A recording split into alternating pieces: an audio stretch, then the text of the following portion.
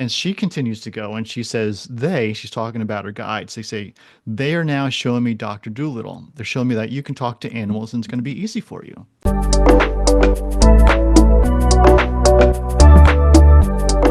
Hello, everyone. I am Claudiu Murgan, the host of the Spiritual Inspired podcast. Welcome back to a new episode.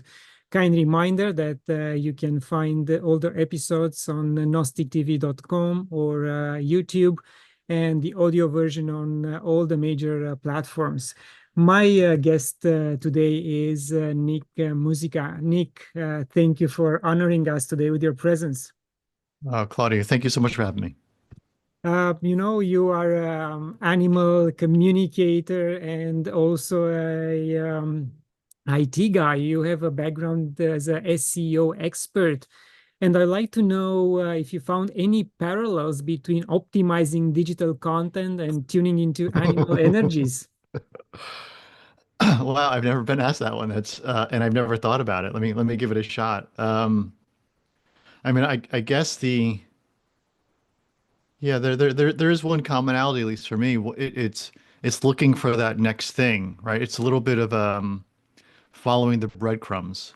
Like so with the SEO work, sometimes you'll find like a symptom of a problem, and you sort of have to jump through a few hoops to go, oh, this is what's actually causing that. And if this is causing it, then it's not just the symptom that I'm seeing, the one symptom, it's all these other things that are also impacted, right? So the one thing could really be a symptom of something more systemic, and then lead five items up, or show five things that need to be corrected on a website. And with the animals, the way that type of thing shows up is it's way more fun, to be honest. Um, but it is very similar in terms of trying to understand what that item was that showed up, what it meant, and is there more, and is there more? And so I frequently I'll keep asking, well, what about that? Well, what about that? Well, what about that? When they give me a little piece of information, until the trail runs cold. So there's this constant follow up to understand where the end point is. And what's the process to gain their trust and have them open up to you? For me, what I really need is when I'm doing a reading for someone is the intention of the individual who wants me to have a communication with their animal. If the intention is there, it's easy communication. If the intention is not there, then it, it's just not worth doing it for anyone involved. And we know that everything is energy, and some of your sessions are Yeah. conducted remotely via Zoom. So, do you have any unique challenges or advantages you encounter in connecting with animals remotely? 99.9% of the work that I do is all remote. Okay. It's all done very similar to what we're talking about here on Zoom, either with the camera off or on, sort of depends on who I'm chatting with. But it's all done through Zoom. It could be halfway around the world. It has been halfway around the world. It just doesn't matter. And usually, do you have more dogs, cats? Is a mixture of that? I mean, there's certainly more dogs. It probably reflects the dog to cat ratio of ownership in the United States, as it relates to the folks who show up for a reading. Interesting. And have you dealt with wild animals as well, either in captivity or in the wild? I have, yeah. So I described, when someone wants me to talk to their animal, the intention is really the means of connection for the most Mm. part, right? But outside of that context, it varies a little bit from my experience. Sometimes animals just sort of show up, and sometimes I seek them out to see, is there a conversation to be had? Does someone want to talk? I mean, the zoo is a very different experience these days than it was as a child, right? Um, and I've had coyotes show up in the middle of the night. I've had some interactions with snakes hiking. I mean, it's really different. It's almost like when you're shopping for a car, Mm. right? And you have your mind fixated on the car, and now you see that car everywhere. right? Yes. You didn't see it before, but now you're like, I see the Toyota XYZ everywhere all the time now. It's crazy. I'm really starting to like this car. And so once your awareness is tuned into it, you can't not see it anymore. So out in the wild, I have the equivalent of Toyotas showing up on a regular basis. Interesting. And you mentioned the zoo. And do you know if people with your talents are part of the teams and the those working at these facilities in order to alleviate the stress and the worries these animals might have? I certainly can't speak to all of the zoos or sanctuaries that are out there, but I've talked to multiple of them, and many of them are familiar with the psychic animal communication. Interesting. And when did you discover your gifts? It was probably, I think we're coming up on 2-ish years now. Um, my wife and I, we live in Carlsbad, California, and one day we go to pickleball. It gets canceled for some unknown reason, and we're trying to figure out what we're doing with our time. And on our drive home, my wife looks at me and goes, "Oh, that's the psychic fair is today." And I said, "Oh yeah, I totally forgot about it. Why don't we just go?"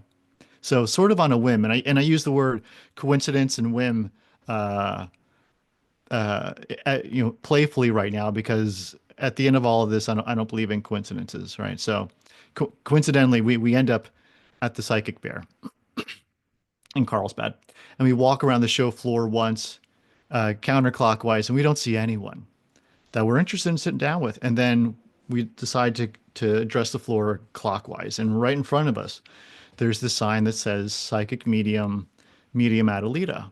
And I looked at my wife and I said, "Hey, Joel, what do you think of her?" And my wife says, "That sounds great. Why don't you go first?" So I sat down for all but 15 minutes. Uh, and Adelita started the session by drawing this heart. And she says, "This is either a former romantic relationship or it's an animal." And she goes, "It's an animal." And I never been to a psychic meeting before. So like I'm really not putting a lot of credit in any of this. I've been to a psychic before, yes, but psychic medium, it was just a little too far-fetching for me. And and then but she's continuing to do her thing. And she says, "The message is you did too much." And right after she circles animal. And I'm like, "Oh my goodness." I just start bawling. And my wife's about 10 feet away to the left. And I look at her and she's like, "What's going on?" And the best I could do was mouth, "I have no idea." Because I'm catching up to the reality of what's happening here, right? Like I'm talking to this lady who's 2 feet across from me on this table, across the table, and having some type of communication with my dead cat who was 22 years old when he passed, right? And the message is you did too much. And so the last 2 years of Henry, the cat who showed up, we went back and forth to the vet so many times, right, to get him hydrated, to do blood work, to do a lot of the things you would do to ease the symptoms of a aging cat. There's no problems to solve. He's 20, he was 20, 21, 22, right? So you did too much was a perfect summary. And so right about now during in the reading, I'm going, "Oh, like you should pay attention. This is real. You have no idea what you got yourself into. But but we're here now. Let's keep on going, right?" And and she continues to go and she says, she's talking about her guides. They say, "They are now showing me Dr. Dolittle. They're showing me that you can talk to animals and it's going to be easy for you." And I mean, this is the simplest way to define my reaction to it because there was multiple things going on in my head all at the same time. But I did think, that's true, and I couldn't tell you why. I have no reason to think that's true. And so after the session, she says, how did this all land for me?" And I was like, "This is, yeah, spot on." Um, I don't know. I never thought I'd be having this conversation today. If someone else 10 minutes ago said, "Here's what's going to happen to you," I would not have paid attention to them. Thought they were a little nutty, but it landed very truthfully for me. And so, I've been meditating off and on since 2017. And so I went home after the session and I sat down into my typical meditation, and I was like, well, let me see if I can find my living cat, Chucky. Let's see if this could work. Let's see how quote unquote easy this is for me, right? And so I the intention was to find him. So I found him, sort of. And what I got back was like this big bright light. It's the type of light that you would associate with like spirit guides or angels or some like higher level being. And my first thought was, my cat is not a higher level being. Like this is not working. None of this is working. Easy, it's not working, right? So I called her up and I said that, this isn't working. And her counsel was, you're expecting things to show up in very specific ways, and it's not how this works. You just have to be open to whatever information you get, right? Okay. So I decided to give it a shot again, another shot, and I buy a bunch of animal communication books, and I set up a couple sessions with animal communicators to try to understand what this even looks like. I have no idea what it even looks like, animal communication. And as I stand up from my dining room table, going to one of these animal communication sessions that's just like this on Zoom, I got this quick flash, and I see the scene out of Return of the Jedi at the end, and it's the ghost of Obi-Wan and Yoda. And I know that I'm being shown a student-teacher relationship, and I know that it's coming from Chucky, which meant that first light, that was the introduction that he was giving me, right? And so now all the pieces come together, and this little vision of of Return of the Jedi, that student teacher relationship, what he's showing me, I'm realizing I'm not the teacher in this scenario. I'm the student here. And so I go to this animal communication reading, and I get on the line, and the young lady confirms who we're talking about today, Chucky, and she goes, do you know who he is to you?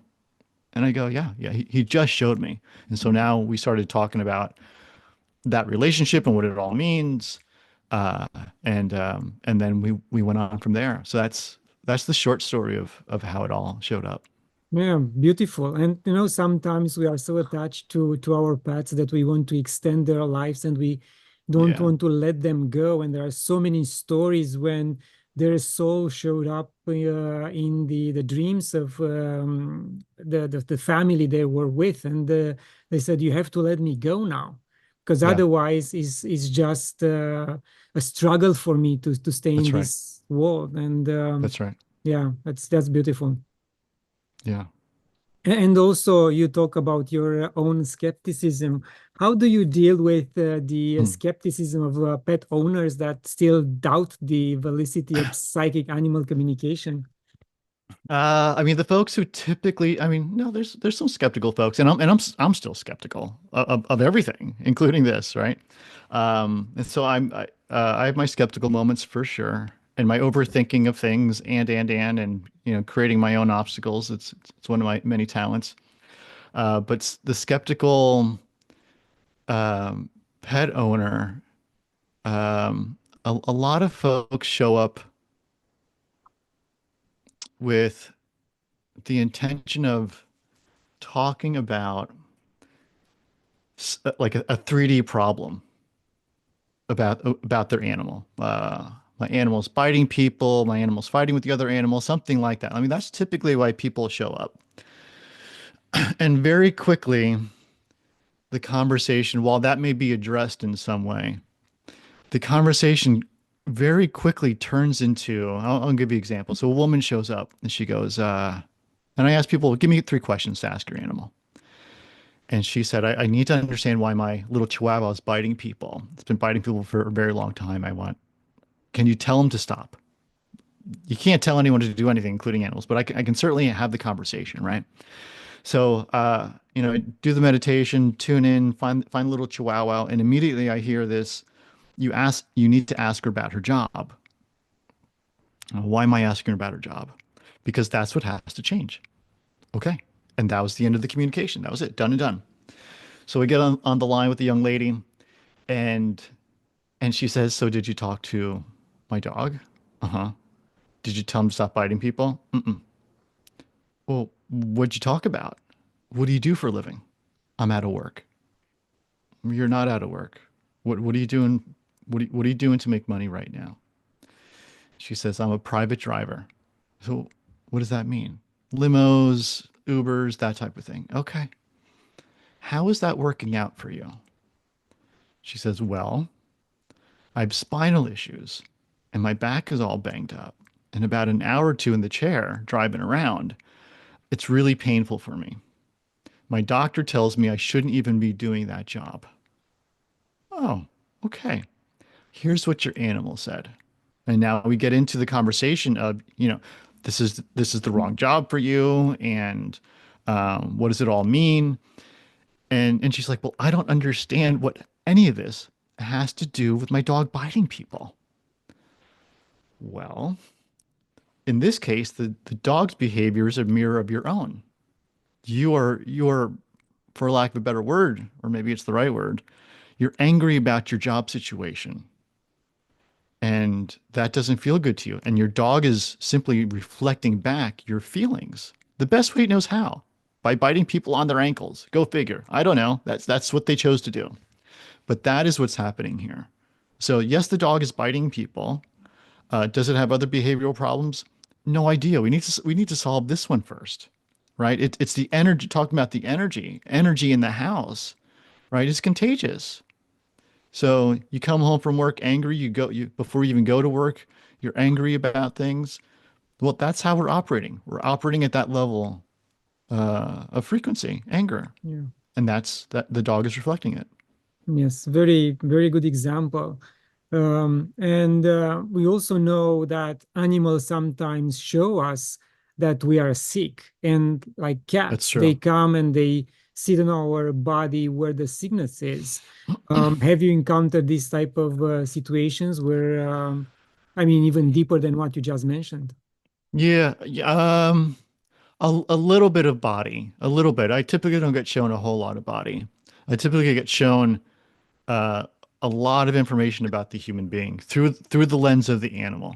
I mean, the animal in this case is the guide, is the teacher, is the one who's really looking out for this human, and and the connection between me, the animal, and the human opens that up. But the information largely for me, what I get is all about the human and in service to the human because that's the intention of the animal. Interesting. And like in any other profession, there are some ethical guidelines to ensure that, the information you relay respects the privacy and well-being of both the animal and the human companion. Yeah. What type of guidelines do you use? Yeah, there's a couple. So the conversation I have with folks as we start is I act as really the translator. They show me a thing, I give you the thing. Done and done. If I have a take around it, I will say something like what I think is, or I'll proceed it with my opinion is, but largely I'm trying to just show them what it is, what it means. Um, and most of the time I have a feel for what it's contextually about. Sometimes I don't. And I'll just say the word or the phrase or the image. There was a time where I was talking to a woman and I didn't know all the details, but she rescued a dog and she gave the dog away to a gentleman in Northern California here. And it wasn't really who she thought she would give the dog to. Um, and I believe the gentleman was, I believe he was a retired vet, in armed services. And lived in a modest house and in a bunch of things. And right down the street, give or take, are like the $1 million homes, the multi-million-dollar homes. So she was thinking that, but this is the guy who showed up, right? And I tune into the dog, and the dog, first I heard her voice, and I heard not what I expected.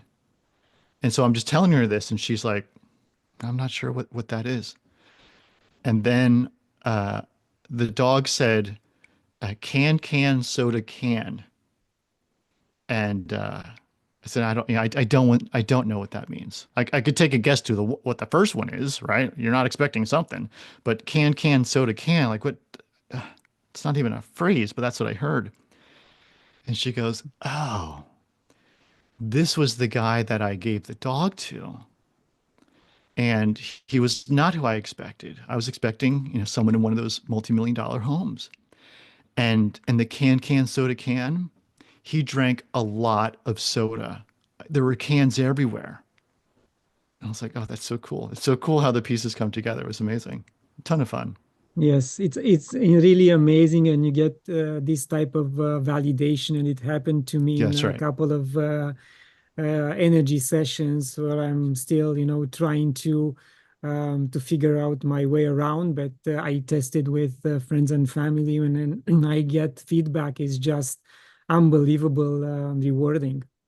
Yeah, 100%. Yeah, I mean, I find myself saying things and I'm like, where are we going with this, right?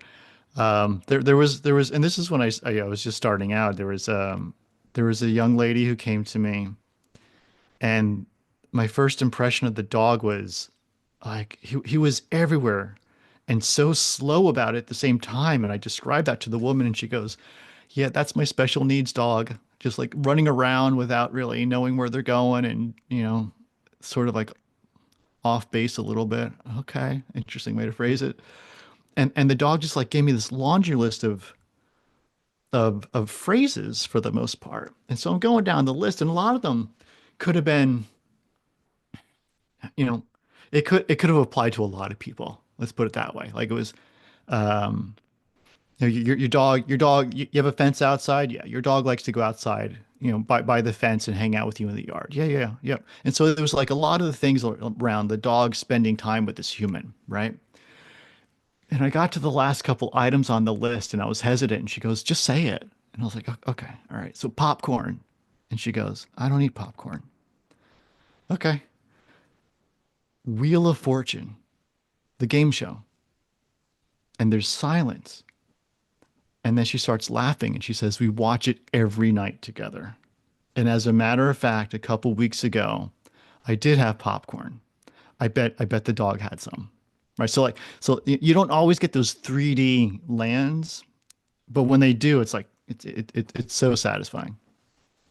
Yeah, very, very, very nice. And did you get more feedback on how pets have changed their behavior after interacting with you? I have a couple folks who come back, um, but for the most part, it's here's what they said, and now you have a choice to go make it. But a lot of the times, like people don't even know they have the choice that they have, or something that wasn't an option for them before is now an option. So I'll give you an example of that. So another young lady, she comes to me and she says, my dog is biting another dog that I have to the point of the dog who's getting bitten. This is like the third time we've taken the dog to the vet for stitches. I mean, drawing blood, ripping skin, like it's dangerous. And um, I need to make a decision. I may need to rehome the dog that is biting, right? Because it's safe for the dog. It's unsafe for the dog that's getting bitten. So I tuned in to the dog that was doing the biting first. And, like nervous energy and like triggers started to show up and started to see the gate where they would react to whatever was on the other side of the gate. Um, and I asked the dog, like, what's a good solution here? Like, what's going on? Why are you biting this other animal? Like, we got to figure this out. And what I heard in a very different voice was she stays. Oh. And it was the other dog that came through, the one that actually was getting bitten. So I get on the line with this woman and I tell her this and she goes, really? I go, yeah, yeah, I'm just the guy giving you the information. I tell you what I hear, you make your own decision, right? But my obligation is to make the connection and tell you what I hear, what I see. She goes, well, I wasn't expecting that. But you know what? Now that you brought it up, the dog who was getting bitten has a very good relationship with my son, and he doesn't have any pets. So I never thought about that as an option. I always thought about getting rid of the one who was biting. So now I have some thinking to do. And I don't know where that ultimately ended up, but that wasn't an option for her before we chatted. Yes, and maybe for those who are listening, will be wise to engage someone with your skills before they buy a second pet, second dog or cat, and see what type of relationship, future relationship, those two animals might have with each other, so the owner doesn't end up or run into these type of issues. Yeah, certainly. Yeah, and that could be certainly one of the questions to ask and see, because we sort of don't, right? We don't really think they have preferences. We'll think they'll get over it. We'll think like we treat them like second class citizens. And the truth is they're not, right? They're sharing space. Um, we're companions. We don't own them, right? We may have bought them, but we don't own them. That's not how the relationship works, right? And we think of them as little, and I'm guilty of this too, little furry things that poop in a box in my case, right? I mean, that is the behavior because it's a cat, but that is not certainly any reflection of the limitations of that little animal. It's just not. We don't give them enough credit. So to give them a say in the decision making, to hear them out, I think is a good option. Yes, and we have friends which are big animal lovers. They had many, many pets over the years. And 3 or 4 years ago, she went to animal rescue location, Mm, and they're about to put down a small dog. They said that he's very dangerous. He's biting people. And the moment she walked into the room and saw the dog, she heard the dog saying, "Mommy, I promise I will be very good if you take me home with you." mm, And she took him home. She showed him where he was going to, pee, poo, yeah. she showed him around the house, and she never had an issue with the dog. And Wow. we had him over. He barks at everyone else, especially big dogs. Sure. But with us and close friends, he is just unbelievable, and he's smart, and he likes to play, and we chase each other. So again, connecting with your future pet is, I think, a must. Mm, Yeah. that's a great story. Nick, as the field of animal communication evolves, what advancements or changes do you foresee? And are there any new methods or technologies you are excited to incorporate into your practice? Mm. The I have no idea. I have no idea. You're asking great questions. I have no idea. But here's how I think about that topic broadly. Like things to look forward to in terms of what we're talking about here. Is this is but a sliver of the reality that's out there. Like this just happens to be my experience with the broader what's a good way to phrase it? The broader things that we can't see, generally speaking, right? But animals and trees and the earth and everything we sort of chalk up to nature, right? It all has a life force, Yeah. and we sort of just don't acknowledge it as a conscious being. We acknowledge it as something walking around the planet or growing in the dirt or something like that. But there's a consciousness tied to it.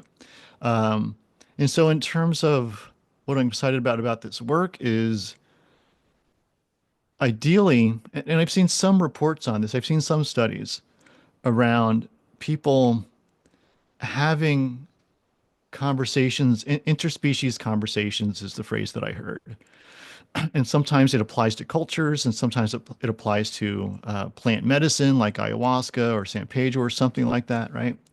But the bigger conversation of consciousness and our relationship to other beings, whatever, however you want to phrase that, animals, plants, like I said, earth, who knows? Um, and the reality of that being accepted, um, that's exciting. I mean, there's research being done. There's a gentleman I talked to, Dr. David Luke. I believe he's at Greenwich University in the UK.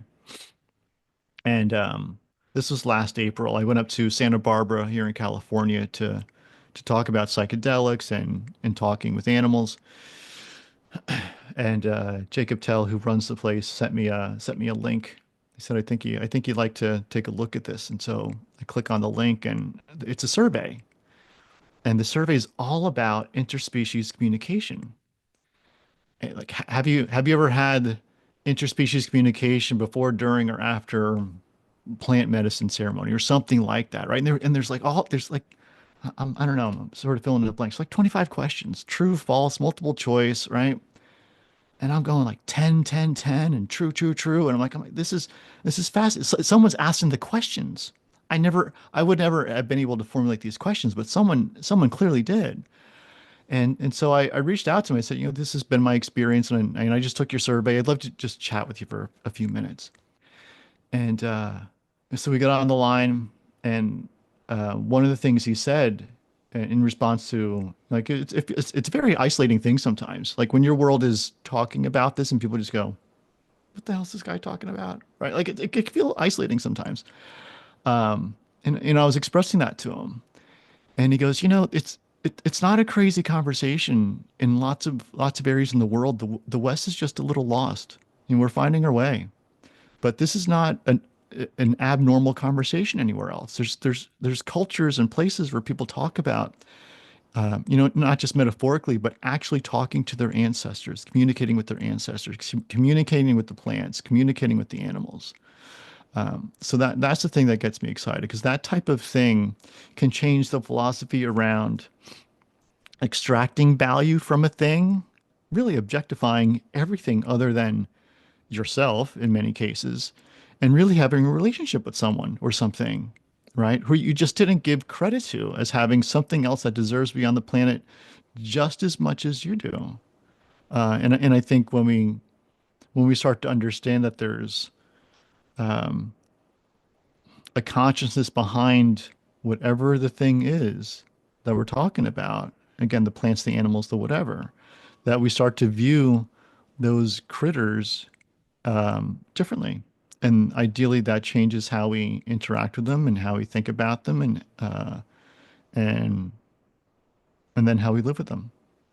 Yes, and it's interesting that you mentioned the interspecies communication and um, higher consciousness, because we are in the age of Aquarius right now. And in fact, I can point you to at least a dozen interviews on my podcast with Mm, shamans and other type of channelers where we discuss at length about plant communication, animal communication, but again in the shamanism type of approach. And recently, I interviewed Carly Mattimore, and she visited Africa many times, South Africa and Zimbabwe. And she mentioned the case of lion pride, very well-known pride in mm, Zimbabwe, I think, where the alpha male was killed, and he had cubs. And the second in command, Cecile, or no, Jericho, did not kill Cecile's cubs, as it usually happens in the pride. yeah. Somehow his consciousness was at a different level, thinking that Cecile's cubs should follow their life cycle, should keep the imprint of them as a wild animals, and he raised them as his own cubs while he had his own cubs. Mm, So that was a shock for those watching the phenomenon, watching the pride, and said, look, even the animals are getting to a higher level of consciousness. Maybe it's not happening evenly to all of them, but there are pockets which are evolving the same way we are evolving. yeah. That's super cool. Yes. And you open up the discussion about sacred plant medicines, and I know you did some San Pedro ceremony. So how did that work for you? How much this type of experiences open you up to animal communication? Yeah, yeah. Thanks for asking. So right around the same time, everything started to change for me, like in 2017. So in 2017, that's when I started to do meditation. That's when I started to experiment with or get involved with San Pedro, and and a lot of it was driven off of, like what used to be what I used to think was the weird thing, right? Before animal communication, before the San Pedro, the weird thing that happened to me for years since I was like 20 was They're called clairvoyant dreams. So it'd be about having a dream about something random, a random person on a random corner in a random city that you dream about. You never seen this person, been to that corner, never been to that city. And then a day, a week, a month, a year later, whenever it is, you're driving your car and you see that person on that corner. That like that's the type of thing that would happen. I'm going, I don't understand what's happening. Nothing is meaningful, nothing is significant, but it would happen frequently, right? And I never really talked about it. Who do you talk to about these things? It's not there wasn't anyone growing up where I could talk to them, right? This type of thing we're having right now, this conversation just didn't exist. And so sheepishly, I started to explore that. And I met a gentleman who taught me about meditation. And at the same time, I started spending time with San Pedro, which is a plant medicine. And a lot of history with that plant in South America, and so I spend time with the cactus every 6 to 12 months since then, pretty religiously, and I differentiate the plant medicine and the meditation as per what we're talking about. Like this is the plant medicine. It's so fast, it's so quick. It showed me immediately what was possible, right? Gave me new access to things, gave me new perspective on things. But the what's possible and so easy how that information would come was really the big benefit, sort of at this bigger level. Where the meditation is there was a lot of integration of that plant medicine with the meditation. The meditation, at least for me, is as relates to the connection with the animals. Is I equate it to it's like going to the gym, right? Like you do your exercises every day. You go to the gym every day, and that's the meditation. And the reason why you go to the gym is because there's an activity you want to be good at. There's a sport you're involved in. There's a game that you want to play, right? The training is a means to an end to playing, right? And so the meditation is the time of the gym, and then the actual game regarding the meditation is the talking to the animals. And so that's where it comes in. Uh, not to say they're not separate. They're related. It's all the same thing. It's just different ways of accessing it. But I do think without that dedication to the the relationship you have with guides, angels, I mean whatever you want to call it, that is done through the daily commitment of meditation. That is where the fun is. That is where the development is. Interesting. Yeah. And have you thought of going to an environment like the one in my background to meet the elephants, the lions, the zebras, which are unfazed by any civilization or not much civilization, and see what their thoughts are? I would love to. Yeah. I mean, if the zoo, it's I mean, it's the closest thing I've been to, and I've been to sanctuaries, big cat sanctuaries, and I worked with horses.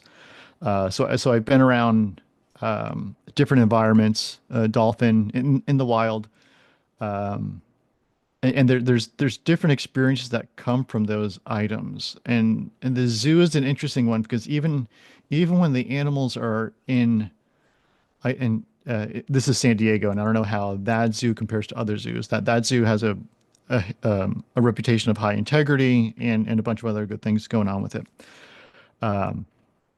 So I imagine that there's happier animals there for reasons, is my guess. And just being there is a really uplifting feeling for me, being in that environment. And I don't like animals in cages. Like that is not my thing. I don't like to stop at home, like Petco and the kittens are all there, adoption. Like I just don't like to see that. Um, Even though I know that's the process to get them into a home. Um, but the zoo has this uplifting feeling. The one in San Diego specifically has an uplifting feeling for me to go to it. So I can only imagine that that type of thing is available at places like the picture behind you. I would love to have that experience. Nice. Yeah, in fact, Carly was telling me that in May she's going back to South Africa and Zimbabwe for a 2-week tour with only 12 or 15 people, and they will be in the wild looking at animals, doing a vision quest, and Mm. trying to connect with as many as them as possible. And in her book, during previous tours, they connected with the spirit of the hippopotamus, of the zebra, the Oh, giraffe, super cool. and the lion.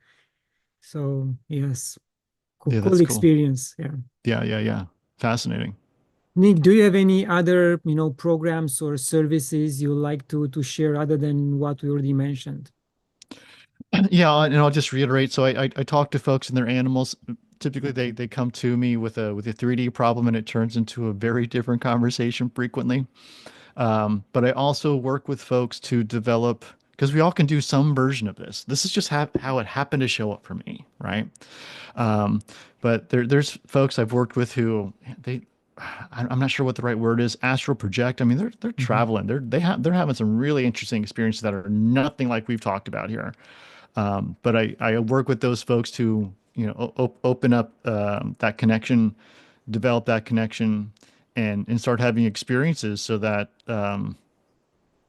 they can enjoy some of the bits and pieces that we're talking about here, and then it's up to them to see if they want to continue with meditation, to see if they want to continue to have these experiences. But if someone's interested in seeing what it's like for them a little deeper into the broader sense of this world that we're talking about, that connection, that broader connection, I'd love to chat with you. Yeah, that's another fascinating field for sure. Yeah. Nick, if you have the chance to give humanity a gift other than what you are offering right now, what would that gift be? Oh man, you ask some great questions. Um,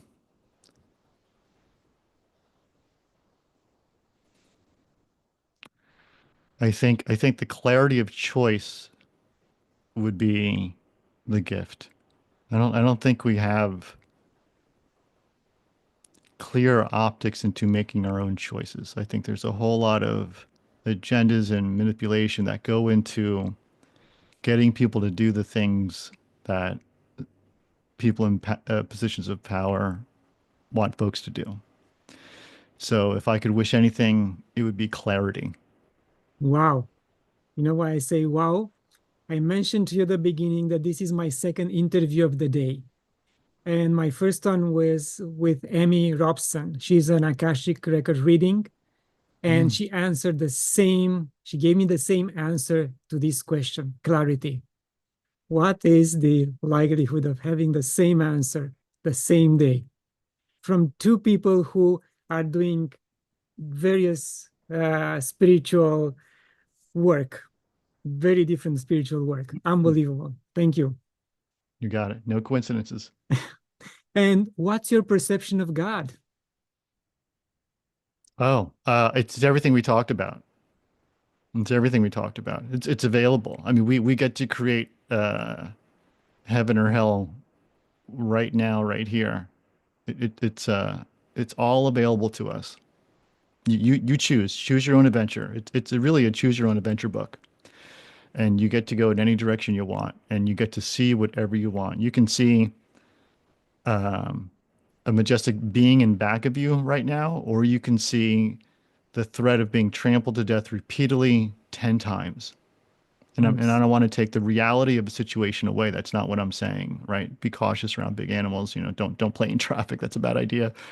But the reality is you get to see something from a specific perspective. And those thoughts and words, they create things. And those things create the reality. And that reality is what you experience. And that experience is either the closeness or the absence of that God force that you were just talking about. Perfect. Thank you very much. And we are at the end of our lovely discussion. Any final words? No, thank you for your time. This is a great chat.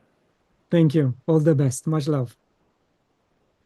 And to my viewers, thank you for watching. Share it, leave a comment. Go to Gnostic TV for old episodes. And until next time, love and gratitude.